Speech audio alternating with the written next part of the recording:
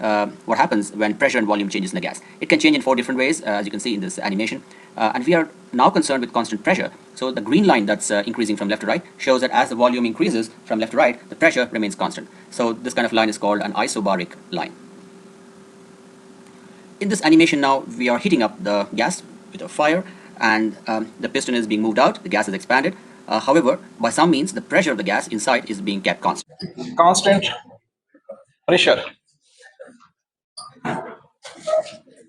molar specific heat.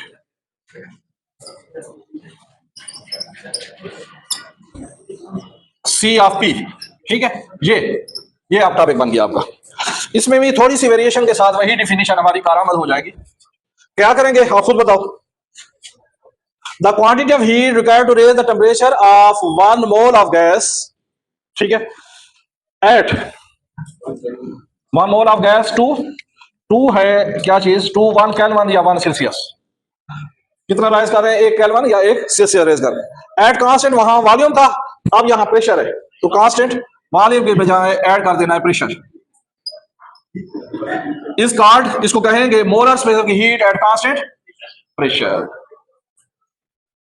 इसमें pressure constant हो जाएगा, ठीक है। अब प्रेशर कांस्टेंट करने के लिए आप क्या करोगे, यही कंटेनर लेना है, अब इसको मूवेबल कर देना है।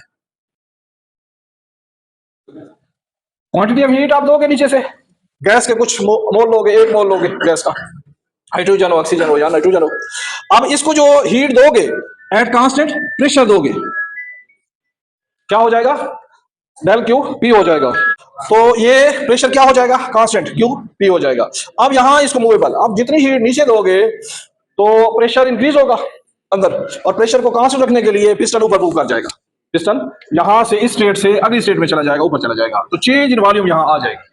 कांस्टेंट प्रेशर पे change in volume of gas occur हो जाएगी। अब यहां क्वांटिटी ऑफ हीट क्या होगी, डायरेक्टली प्रोपोर्शनल टू होगी किसके, नंबर ऑफ मोल के, but at constant pressure. Quantity of heat directly proportional होगी रेज इन टेम्परेचर, जितना ज्यादा रेज इन टेम्परेचर करोगे उतना ज्यादा क्वांटिटी ऑफ हीट चाहिए होगी। अगली चीज कंबाइनिंग इक्वेशन 1 और 2 क्या आ जाएगा, quantity of heat supplied at constant pressure and del T, इसके और इसका प्रोडक्ट आ जाएगा। समझ आ गई।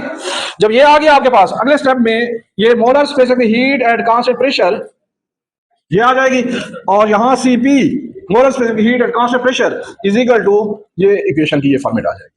अब इस पे फर्स्ट लॉ को चेक करते हैं, फर्स्ट लॉ थर्मोडायनामिक को चेक करते हैं। Del Q is equal to quantity of heat at constant pressure del U plus del W हो जाएगा। अब इस केस में आपके पास फर्स्ट लॉ वर्क डन होगा, तो वर्क डन जो हो जाएगा बच्चों, तो यहां del Q is equal to एक इंटरनल एनर्जी रेज करेगा एक हिस्सा, ठीक है, और दूसरा हिस्सा पी डेल वी ये करेगा। तो फर्स्ट लॉ की यहां ये फॉर्मेट आ जाएगी, यानी उसमें जस्ट इंटरनल एनर्जी में कन्वर्ट हुई थी, लेकिन इसमें प्लस वर्क होगा। तो ये वाला molar specific heat at constant pressure आपको ज्यादा चाहिए होगी molar specific heat at constant volume की निस्बत। क्यों, कि उसमें जस्ट वर्क जो जितना भी आपने हीट देनी है जस्ट इंटरनल एनर्जी वो रेज करेगी, और यहां पिस्टन अपवर्ड मूव करेगा, तो वर्क डन भी होगा। क्लियर हो गया, ये आ गया। अब अगला टॉपिक अगला करते हैं, और फिर हम नीचे जाएंगे प्रैक्टिकल करेंगे, ठीक है। इसमें कोई क्वेश्चन बेटा नहीं है।